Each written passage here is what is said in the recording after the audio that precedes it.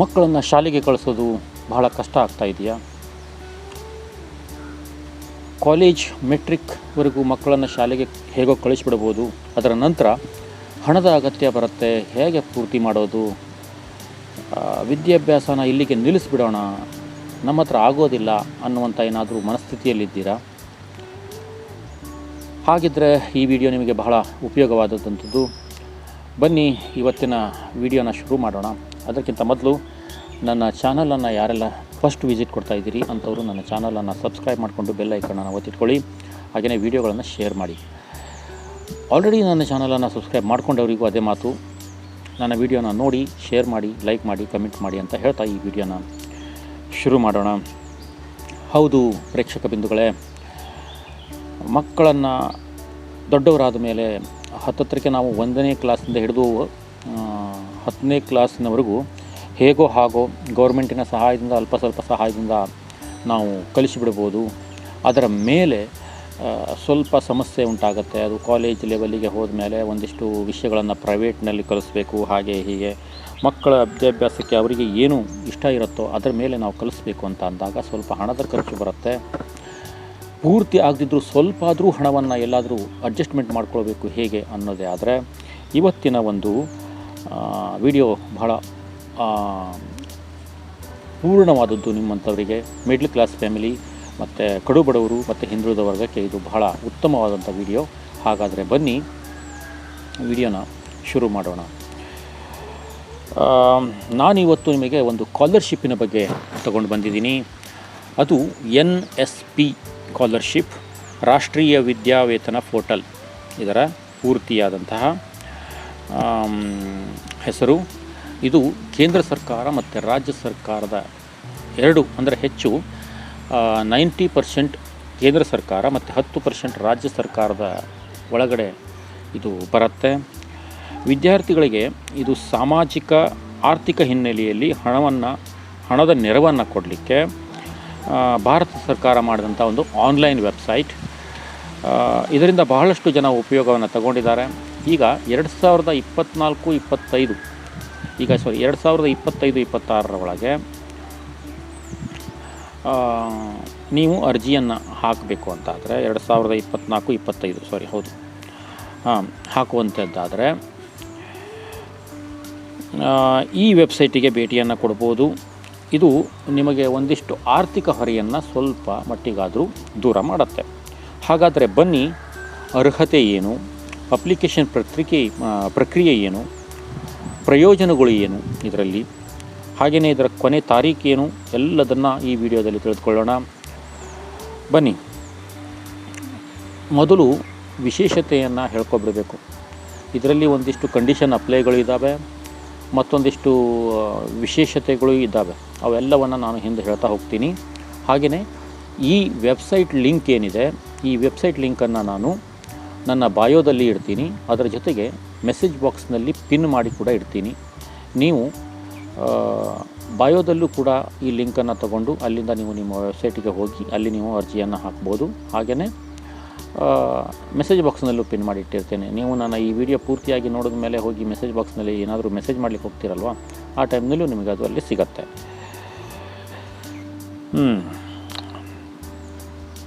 ಉದ್ದೇಶ ಏನು ಅದಂತೂ ನಿಮಗೆ ಗೊತ್ತಿರೋದೆ.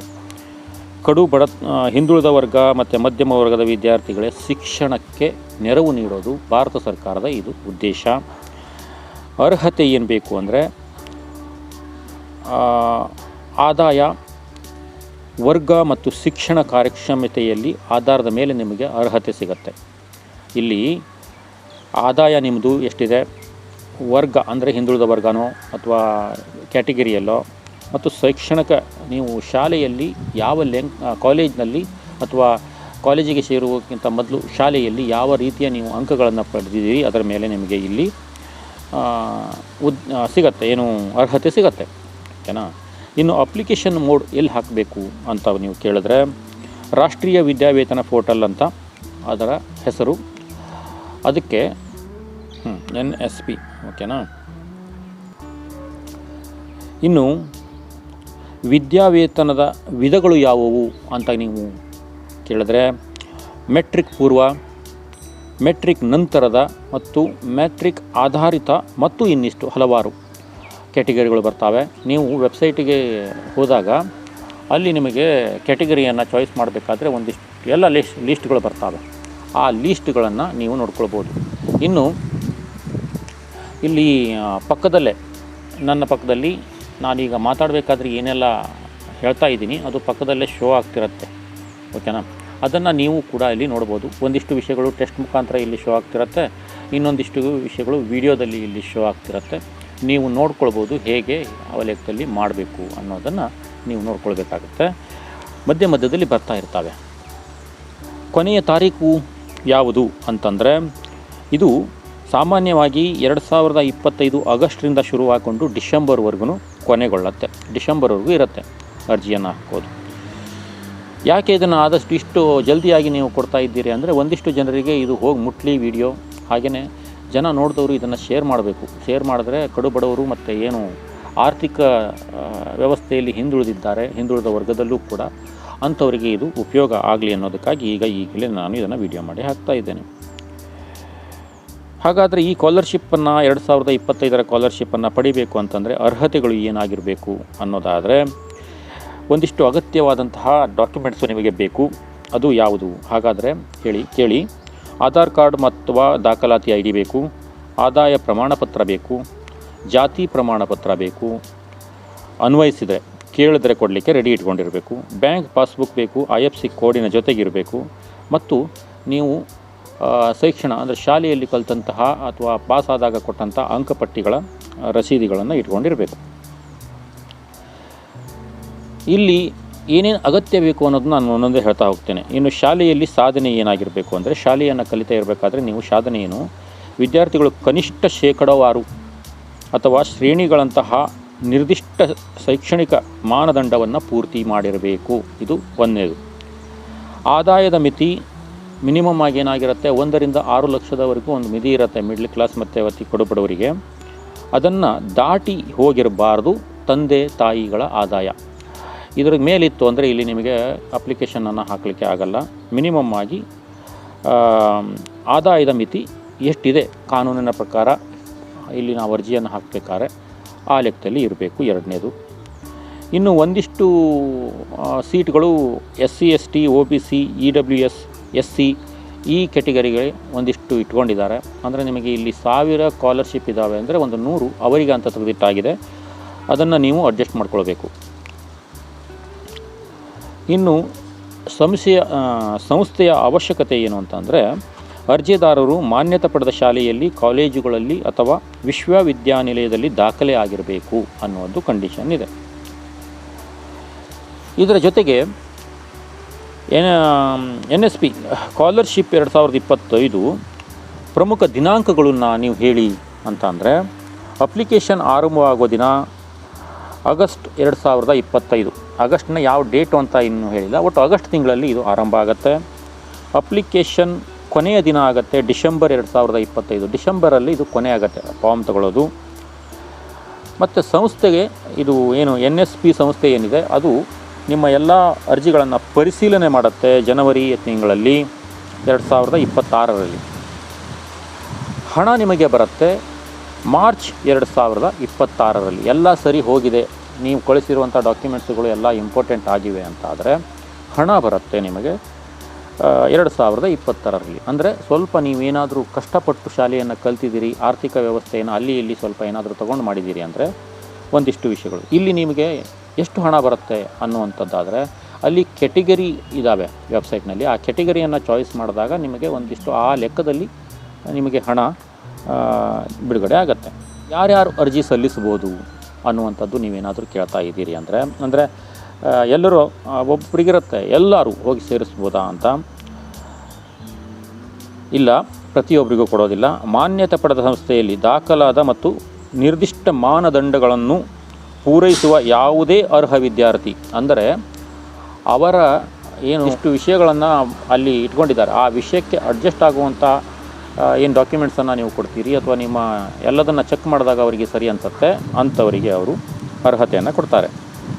ಇನ್ನು ಆಧಾರ್ ಕಾರ್ಡ್ ಮಾತ್ರ ಈ ಅರ್ಜಿಗೆ ಕಡ್ಡಾಯವಾಗಿ ಬೇಕು, ಅದನ್ನು ನೀವು ಇಟ್ಕೊಳ್ಳೇಬೇಕು. ಅದು ತಡೆರಹಿತ ಮತ್ತು ಹಣ ವರ್ಗಾವಣೆಗೆ ಬಹಳ ಇಂಪಾರ್ಟೆಂಟ್ ಕೆಲಸ ಮಾಡುತ್ತೆ. ಅದಕ್ಕಾಗಿ ಆಧಾರ್ ಕಾರ್ಡ್ ಅರ್ಜಿಗೆ ಕಡ್ಡಾಯವಾಗಿ ಬೇಕು.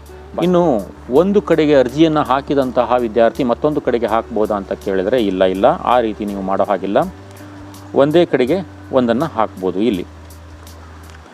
ಇನ್ನು ನಾನು ಹಣವನ್ನು ಹೇಗೆ ತಗೊಳ್ಳೋದು ಅಂದರೆ ನಮಗೆ ಯಾವ ಲೆಕ್ಕದಲ್ಲಿ ಹಣ ಬರುತ್ತೆ ಅನ್ನೋದು. ಈಗ ನೋಡಿ, ಒಂದಿಷ್ಟು ರೇಷನ್ನಲ್ಲಿ ಹಣ ಹೇಗೆ DBT ಮುಖಾಂತರ ಬ್ಯಾಂಕಿಗೆ ವರ್ಗಾವಣೆ ಆಗ್ತಾಯಿದೆ, ಅದೇ ಲೆಕ್ಕದಲ್ಲಿ ಇದು ಕೂಡ ನಿಮಗೆ ನಿಮ್ಮ ಬ್ಯಾಂಕ್ ಅಕೌಂಟಿಗೆ DBT ಮುಖಾಂತರ ಹಣ ವರ್ಗಾವಣೆ ಆಗುತ್ತೆ. ಅದು ಯಾವಾಗ? ಮಾರ್ಚ್ ತಿಂಗಳಲ್ಲಿ 2026ರಲ್ಲಿ ಜಮಾ ಆಗುತ್ತೆ, ಈಗ ನೀವು ಅರ್ಜಿಯನ್ನು ಹಾಕಿದರೆ. ಇನ್ನು ಅರ್ಜಿಯನ್ನು ತಿರಸ್ಕಾರ ಮಾಡಿದ್ರೆ ಏನು ಮಾಡಬೇಕು? ತಿರಸ್ಕರಣೆ ಮಾಡಿದ್ರೆ ಯಾವ ಕಾರಣಕ್ಕೆ ತಿರಸ್ಕರಣೆ ಮಾಡಿದ್ದಾರೆ ಅನ್ನೋದನ್ನು ನೋಡಿಕೊಂಡು ಏನಾದರೂ ನಿಮ್ಮ ಡಾಕ್ಯುಮೆಂಟ್ಸ್ನಲ್ಲಿ ತಪ್ಪಿದರೆ ನೀವು ಮತ್ತೆ ಆಗಿ ಹಾಕ್ಬೋದು ಇಲ್ಲಿ. ಇನ್ನು ಒಂದಿಷ್ಟು ಜನ ಇದನ್ನು ನೀವು ಏನಾದರೂ ಗ್ರಾಮ್ ಒನ್ನಲ್ಲೋ ಅಥವಾ ಆನ್ಲೈನ್ ಸರ್ವಿಸ್ ಎಲ್ಲಿ ನಿಮ್ಮ ಕಡೆಯಲ್ಲಿ ಊರಲ್ಲಿದೆ ಅಲ್ಲಿ ನೀವು ಇದನ್ನು ಹಾಕ್ಬೋದು. ಕೇಳಿ, NSP ಸ್ಕಾಲರ್ಶಿಪ್ಗೆ ಹಾಕಬೇಕು ಅಂದರೆ ಅವ್ರು ಹಾಕ್ಕೊಡ್ತಾರೆ. ಇನ್ನು ಒಂದಿಷ್ಟು ಹುಡುಗರು ಕಾಲೇಜಿನ ಲೆವೆಲ್ ಅಂತ ಅಂದರೆ ನಾವೇ ಮಾಡ್ಕೊಳ್ತೀವಿ ಅನ್ನುವಂಥವರಿಗೆ ನಾನು ಮೊದಲೇ ಹೇಳಿದ್ದೀನಿ, ನಾನು ಬಯೋದಲ್ಲಿ ಲಿಂಕ್ ಇಡ್ತೀನಿ ಮತ್ತು ಮೆಸೇಜ್ ಬಾಕ್ಸ್ನಲ್ಲಿ ಪಿನ್ ಮಾಡಿಟ್ಟಿರ್ತೀನಿ ಅಂತ, ಎರಡೂ ಕಡೆಗೂ ಇಟ್ಟಿರ್ತೀನಿ. ನೀವು ಇದನ್ನು ತಗೊಂಡು ನಿಮ್ಮ ಕೆಲಸವನ್ನು ಮಾಡ್ಕೊಳ್ಬೋದು ಅಂತ. ಹಾಗಾದರೆ ಹೋಗಬೇಕು ಹೇಗೆ ಅಂತ. ಈಗ ಮೊದಲು ಬಾರಿ ನೀವೇನಾದರೂ ಅಲ್ಲಿಗೆ ಹೋದರೆ ಹೊಸ ನೋಂದಣಿ ಅಂತ ಬರುತ್ತೆ. ಕನ್ನಡದಲ್ಲಿ ಹೇಳ್ತಾ ಇದ್ದೀನಿ ನಾನು, ಇಂಗ್ಲೀಷ್ನಲ್ಲಿ ನೋಡಿ. ಈಗ ಈ ವಿಷಯದ ಪಕ್ಕದಲ್ಲಿ ವಿಡಿಯೋ ಬರ್ತಾ ಇದೆ. ನಾನು ಈಗ ವೆಬ್ಸೈಟಿನ ವಿಷಯ ತೆಗೆದಾಗ ಇಲ್ಲಿ ಪಕ್ಕದಲ್ಲಿ ವಿಡಿಯೋ ಬರುತ್ತೆ.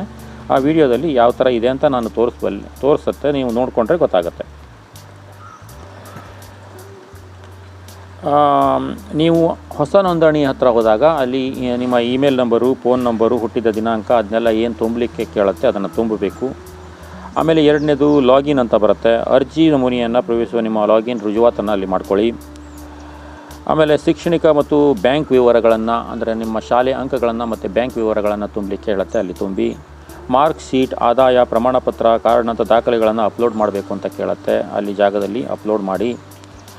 ಅದರ ನಂತರ ನಿಮಗೆ ಈಗ ನಾನು ಮೊದಲು ಹೇಳಿದಾಗೆ ಸ್ಕೀಮ್ ಯಾವುದನ್ನು ತೊಗೊಳ್ಬೇಕು ಅಲ್ಲಿ ಅಂತಿದ್ದು ಭಾಳಷ್ಟು ಸ್ಕೀಮ್ಗಳಿದ್ದಾವೆ. ಆ ಸ್ಕೀಮ್ಗಳನ್ನು ನೀವು ಯಾವುದು ಬೇಕೋ ಅದನ್ನು ಟಚ್ ಮಾಡಿಕೊಂಡು ಸ್ಕೀಮನ್ನು ತಗೊಳ್ಳಿ. ಇದನ್ನೆಲ್ಲ ಹಾಕಿದ ಮೇಲೆ ಮತ್ತೊಂದು ಬಾರಿ ಎಲ್ಲದನ್ನು ಸರಿಯಾಗಿ ಓದಿ, ಪ್ರತಿಯೊಂದನ್ನು ಕರೆಕ್ಟಾಗಿ ಓದಿದಿ. ಮತ್ತು ನಾನು ಮೊದಲೇ ಹೇಳಿದಾಗೆ ತಪ್ಪಿದ್ರೆ ಏನು ಮಾಡಬೇಕು ಅಂತ ಆಮೇಲೆ ನೀವು ವಿಚಾರ ಮಾಡೋ ಬದಲಿಗೆ ಕರೆಕ್ಟಾಗಿ ಮತ್ತೆ ಎಲ್ಲ ಡಾಕ್ಯುಮೆಂಟ್ಸ್ ಕರೆಕ್ಟ್ ಇಟ್ಟಿದ್ದೀನಿ ಅಂತ ನಾವು ಓದ್ಕೊಂಡು ಫಸ್ಟಿಂದ ಎಲ್ಲ ನೋಡಿ ಅರ್ಜಿಯನ್ನು ಓಕೆ ಮಾಡಿ. ಇನ್ನು ಇದರ ನಂತರ ನಾನೇನು ಹೇಳಿದೆ, ಈ ವೆಬ್ಸೈಟ್ ನಿಮ್ಮ ಏನು ಹಾಕಿರ್ತೀರಿ ಅರ್ಜಿಯನ್ನು, ಈ ಅರ್ಜಿಯನ್ನು ಚೆಕ್ ಮಾಡುತ್ತೆ. ಚೆಕ್ ಮಾಡ್ಕೊಳ್ಳೋದು ಅದು ಶುರು ಮಾಡುತ್ತೆ. ಆದರೆ ನೀವು ಪ್ರತಿ ಬಾರಿಯೂ ಅದೇ ವೆಬ್ಸೈಟ್ನಲ್ಲಿ ಹೋಗಿ ನಿಮ್ಮ ಟ್ರ್ಯಾಕಿಂಗ್ ಸ್ಥಿತಿಯನ್ನು ನೋಡ್ಬೋದು. ಏನಾಗಿದೆ, ನನ್ನದನ್ನು ಚೆಕ್ ಮಾಡಿದ್ದಾರಾ, ಏನು ಮಾಡಿದ್ದಾರೆ, ಓಕೆ ಆಗಿದೆಯಾ ಅಂತ ನೋಡ್ಬೋದು. ಇದಿಷ್ಟು ವೆಬ್ಸೈಟ್ನಲ್ಲಿ ನೀವು ಮಾಡ್ಕೊಳ್ಳೋವಂಥದ್ದು. ವೆಬ್ಸೈಟಿಗೆ ನೀವು ಹೋದರೆ ಸುಲಭ ಇದೆ, ಅದರ ವಿಡಿಯೋ ನೋಡಿ, ಇಲ್ಲಿ ಕಾಣ್ತಾ ಇದೆ ಅಲ್ವಾ ಈಗ. ಇನ್ನು ಇದರಲ್ಲಿ ವಿಶೇಷತೆ ಇನ್ನೊಂದು ಸ್ವಲ್ಪ ಇದೆ, ಅದನ್ನು ಹೇಳ್ಬಿಡ್ತೀನಿ. ಇಲ್ಲಿ ವೃತ್ತಿಪರ ಕೋರ್ಸ್ಗಳಿಗೆ PG ವಿದ್ಯಾವೇತನ ಮತ್ತು AICTE ಪ್ರಗತಿ ಸ್ಕಾಲರ್ಶಿಪ್ ಕೂಡ ಇಲ್ಲಿ ಸಿಗುತ್ತೆ. ನಾನು ಅಲ್ಲಿ ಹೇಳಿದಲ್ಲ, ಒಂದಿಷ್ಟು ಯಾವ ಕೆಟಗರಿಗೆ ಸಿಗುತ್ತೆ ಅಂದರೆ ಒಂದಿಷ್ಟು ಮತ್ತು ಎಕ್ಸ್ಟ್ರಾ ಸೇರಿಸಿದಾರಲ್ಲ, ಅದರಲ್ಲಿ ಈ ಥರದ ಒಂದಿಷ್ಟು ಇವು ವಿಶೇಷಗಳು ಬರ್ತವೆ. ಇನ್ನು ಇದು NSP ವಿದ್ಯಾರ್ಥಿ ವೇತನ ಕೇಂದ್ರ ಸರ್ಕಾರ ಮತ್ತು ವಿವಿಧ ಸಚಿವಾಲಯಗಳಿಂದ ಒದಗಿಸುವ ವಿದ್ಯಾವೇತನ ನೀಡುವ ಆನ್ಲೈನ್ ಪ್ರಕ್ರಿಯೆ ಆಗಿದೆ. ಯಾಕಂದರೆ ಆನ್ಲೈನ್ ಆಗೋದಂದರೆ ಏನು ಅಂದರೆ ನಿಮಗೆ ಯಾವ ಕಿರಿಕಿರಿ ಇಲ್ಲ. ಆನ್ಲೈನಲ್ಲಿ ಅರ್ಜಿ ಹಾಕೋದು, ಆನ್ಲೈನಲ್ಲೇ ನಿಮಗೆ ಹಣ ವಾಪಸ್ ಬರುತ್ತೆ. ನೋಡಿ, ಇದು 2025ನೇಯ ಸ್ಕಾಲರ್ಶಿಪ್ಪಿನ ನೀವು ಏನೋ ಶಿಕ್ಷಣವನ್ನು ಕಲೀಲಿಕ್ಕೆ ಹೋಗ್ತಾ ಇದ್ದೀರಿ ಅಂಥವರಿಗೆ ಇದು ಸುಲಭ ದಾರಿ ಆಗುತ್ತೆ. ತಂದೆ ತಾಯಿಗಳಿಗೆ ಒಂದಿಷ್ಟು ಹೊರೆಯನ್ನು ಕಮ್ಮಿ ಮಾಡಿದ ಹಾಗಾಗುತ್ತೆ.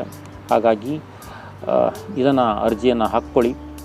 ಬಹಳಷ್ಟು ಜನ, ಲಕ್ಷ ಜನ ಇದಕ್ಕೆ ಅರ್ಜಿಯನ್ನು ಹಾಕ್ತಾರೆ. ಯಾಕಂತ ಹೇಳಿದ್ರೆ ಇದು ಕೇಂದ್ರ ಸರ್ಕಾರಕ್ಕೆ ಸಂಬಂಧಪಟ್ಟಿದ್ದಾಗಿದ್ದಕ್ಕೆ ಹಾಕ್ಕೊಳ್ಳೋದು ಜಾಸ್ತಿ ಹಾಕ್ತಾರೆ. ಜಾಸ್ತಿ ಜನರಿಗೆ ಹಣ ಕೂಡ, ಹುಡುಗ ಮಕ್ಕಳಿಗೆ ಹಣ ಕೂಡ ಬರ್ತಾಯಿದೆ.